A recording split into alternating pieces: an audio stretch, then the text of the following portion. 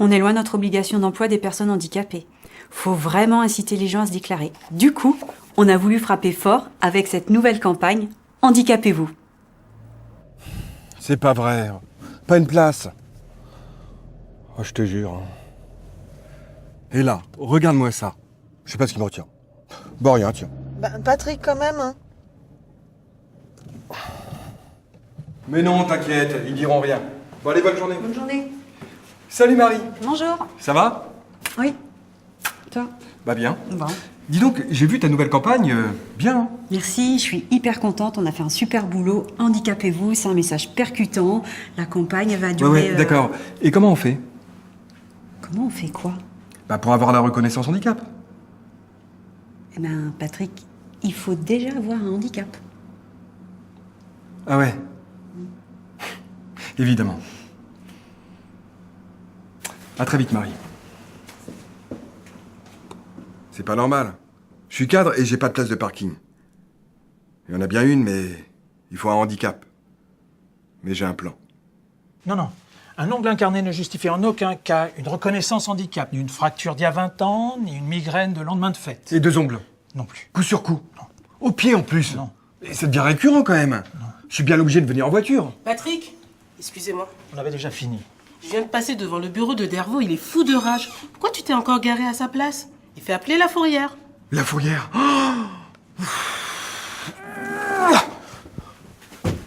Docteur, et sur la rétroactivité d'un handicap temporaire. Non, parce que je vous rappelle quand même que quand je fais ça, bah je peux pas le faire. Regardez avec le bras. Et là la jambe.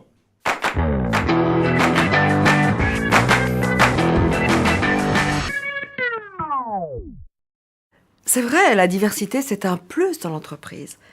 Et puis, le handicap apporte, je ne sais quoi, d'humain dans les équipes. Non, recruter des personnes handicapées, je suis pour. Le problème, c'est que je n'en trouve pas. Ah, le stagiaire. Celui qui voulait faire sa licence pro en alternance. Il était bien. Alors lui, il était pratiquement aveugle. Alors, je peux pas avoir une personne aveugle chez moi, on fait un boulot trop spécifique. Ce serait vraiment pas lui rendre service, hein. Et cette fille-là, tu sais, celle qui a eu un accident de scooter, elle avait de l'expérience et elle était motivée. Ouais. Enfin, elle habite à 40 km, je te rappelle. Hein.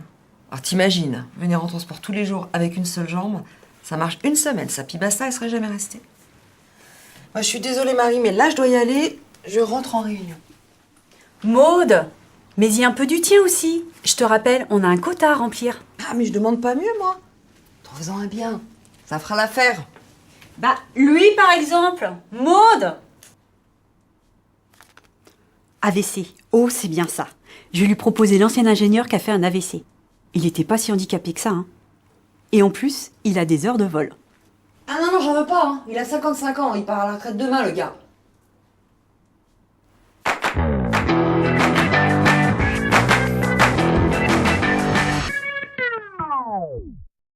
Non mais franchement, des fois, j'en peux plus. On n'arrête pas de nous bassiner avec le management des collaborateurs handicapés. Alors il faut faire attention à ceci, il faut s'adapter à ça. Avec Alice, c'est l'enfer. Je lui concocte un planning aux petits oignons, et soi-disant que je l'avais pas assez en avant. Soi-disant que je lui donne aucune autonomie, que je la limite professionnellement. Non mais il y en a marre. Non, elle m'en parle pas. Moi, c'est plutôt l'inverse. Olivier, faudrait un pied de biche pour faire décoller de son siège. À chaque fois que je lui colle un rendez-vous client, je ne respecte pas son handicap, je ne tiens pas compte de son état de santé. Et puis alors, 17h, il n'y a plus personne, hein. Ouais, soit c'est trop, soit c'est pas assez. Ils commencent à me courir avec leur handicap, là. Ah, Maude, je te cherchais. Tu m'as toujours pas validé mes congés. Tu comprends? Ma femme a déjà posé les siens et on doit prendre nos billets d'avion à l'avance, hein. Oui, ça va, j'ai noté, je vais m'en occuper. Ah bah merci, hein. Parce que tu sais, avec les promos hors saison, on peut partir à l'autre bout du monde pour pas cher, hein. Mais faut s'y prendre tôt. Merci Jean-Pierre, c'est bon, je te dis. Bon, je vous dérange pas plus longtemps, hein. Je te fais suivre le lien, tu verras, c'est très intéressant.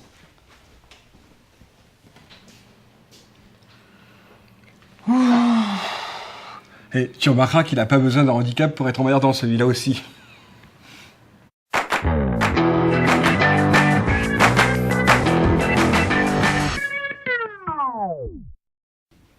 Tu prends des congés cet été?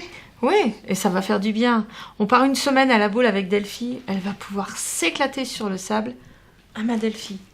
Tu as de la chance, je pars à Châteauroux chez ma belle-mère. Excusez-moi, J'ai ouï votre conversation. Vous partez en vacances avec le chien de l'entreprise? Bah oui, elle a posé ses congés, elle aussi. Ah, je reviens. Châteauroux, quand même. Oui? Monsieur le directeur, c'est pour une urgence, là. Oui? On va avoir de gros problèmes pendant les périodes de congé. Comment ça? Ben, logiquement, mademoiselle Guérin, elle ne peut pas emmener le chien avec elle pendant ses congés, puisqu'il est financé par l'entreprise.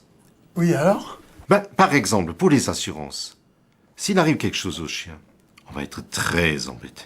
Mais oui, évidemment. Sans compter qu'il va falloir trouver un mode de garde en interne. Non, mais vous avez tout à fait raison. Mais il y a le problème des croquettes. Quelle croquette? Oui, si on est responsable à 100% pour le chien, on doit gérer son entretien courant, et donc, le financement des croquettes. Ah, c'est vrai, ça. Je n'avais pas pensé aux croquettes. C'est ça, le handicap en entreprise. C'est plein de petites contrariétés administratives. Ah oui, au fait, pour les croquettes. Vous avez raison. Je vais lancer un appel d'offres.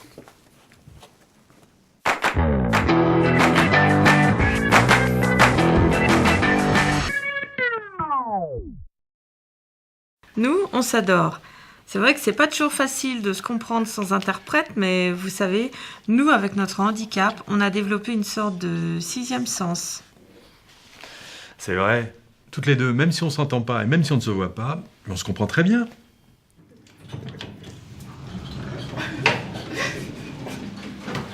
Bonjour.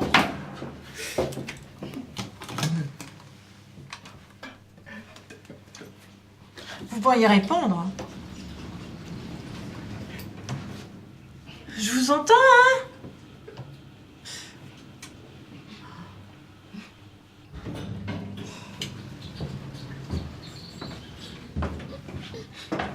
Et dites pas en vain surtout. Excuse-moi. Ah, c'est toi! Je comprends mieux. Je croyais qu'on se moquait de moi. Tu viens avec moi? Je monte au 6e. Et je vais aux archives. On se boit un petit café? Ou un thé si tu veux. Comme ça, je vais pouvoir te parler de mon week-end. Il m'est arrivé un truc génial. J'ai découvert une nouvelle boutique où ils vendaient les petites robes noires, juste ce que j'aime. Et alors, figure-toi que j'ai croisé dans la boutique Mireille. T'imagines, Mireille? Et en plus, plutôt que de s'acheter des pantalons, elle s'est acheté une jupe.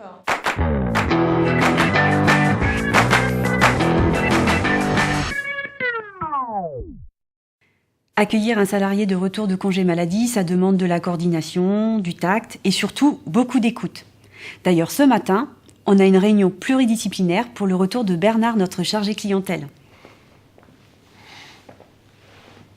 Bonjour. Bonjour Bernard, ça fait maintenant 4 jours que vous êtes parmi nous. Alors, comment vous sentez-vous? Ah non, madame, pas de question d'ordre médical. Veuillez rester dans votre domaine de compétence, s'il vous plaît. Là-dessus, il faut être intraitable et prévenir tous les débordements. En aucun cas, l'entreprise ne doit intervenir sur le terrain de la santé. C'est tout.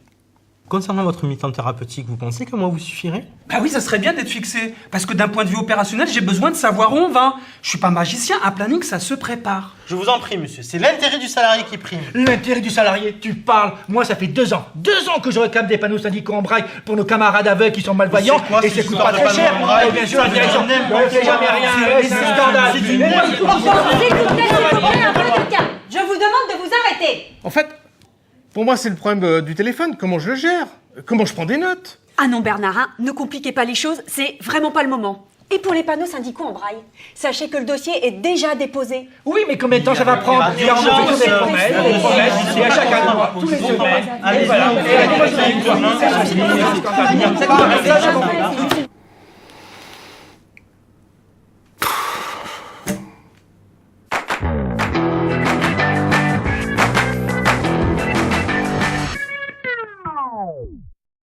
Ça fait plaisir d'annoncer des bonnes nouvelles. On a déposé le dossier pour l'aménagement de poste de Bernard mercredi dernier. Là, on est lundi et le projet est validé. C'est allé super vite. Eh Bernard, super nouvelle. La commission a donné la réponse. L'aménagement, c'est validé. C'est pour la rentrée. Bon, je te laisse bosser. On se voit plus tard. Ne quittez pas, je vous rappelle. Non mais, attends! Mais comment je fais en attendant? Je prends pas de congé, moi, cet été! Vous voyez, quand on travaille sur le handicap, c'est que du positif.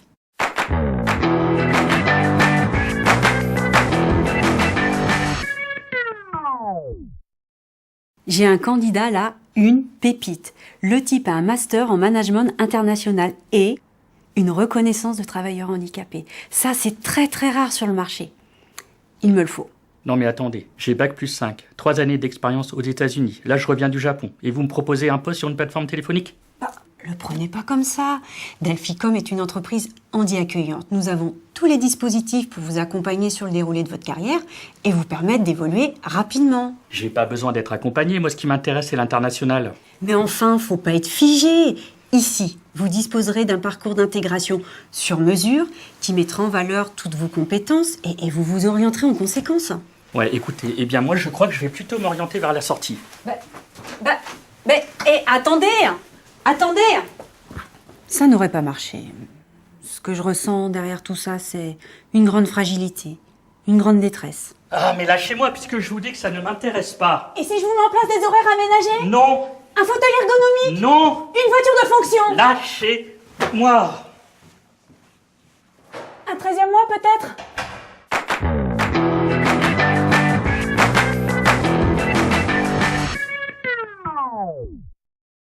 À chaque fois qu'on parle de compensation du handicap, c'est toujours la même chose.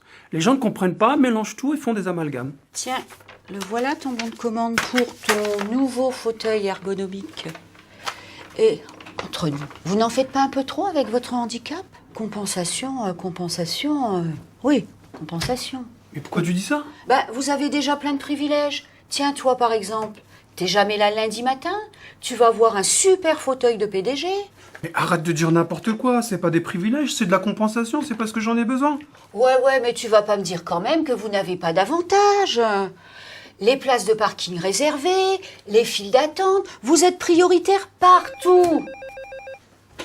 Waouh, le big chef.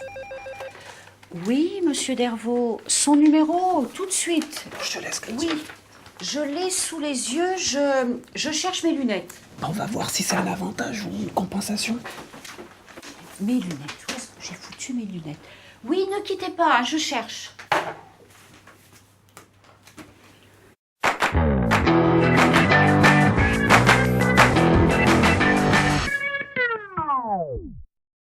Avec toutes ces applications qu'on a sur les tablettes, les téléphones, je suis sûre qu'il y a moyen d'améliorer les performances, d'optimiser les dépenses tout en garantissant une excellente qualité de vie au travail.